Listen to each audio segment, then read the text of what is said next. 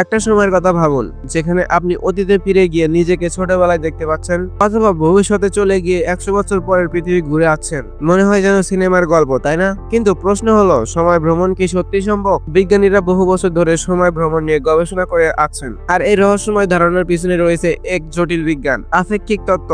Number 1, আইনস্টাইনের তথ্য।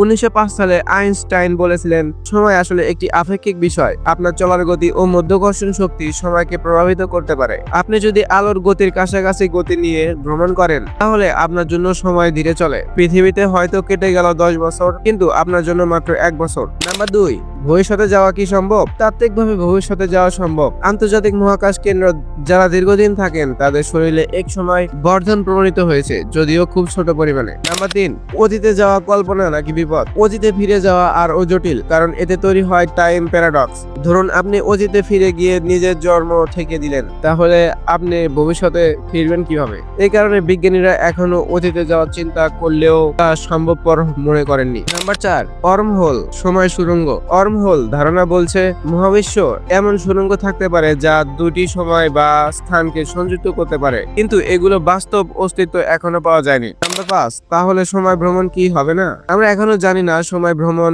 সম্ভাবনা বিজ্ঞানের এক রহস্য। হয়তো ভবিষ্যতে কেউ আমাদের এই ভিডিও দেখে এখনই হেসে ফেলছে। সময় ভ্রমণ যদি সম্ভব হতো, আপনি কোথায় যেতে চাইতেন, অতীতে নাকি ভবিষ্যতে? কমেন্টে জানান। ভিডিওটি ভালো লাগলে লাইক দিন, শেয়ার করুন, আর এমন আরো রহস্যময় ভিডিওর জন্য চ্যানেলটিকে সাবস্ক্রাইব করতে ভুলবেন না।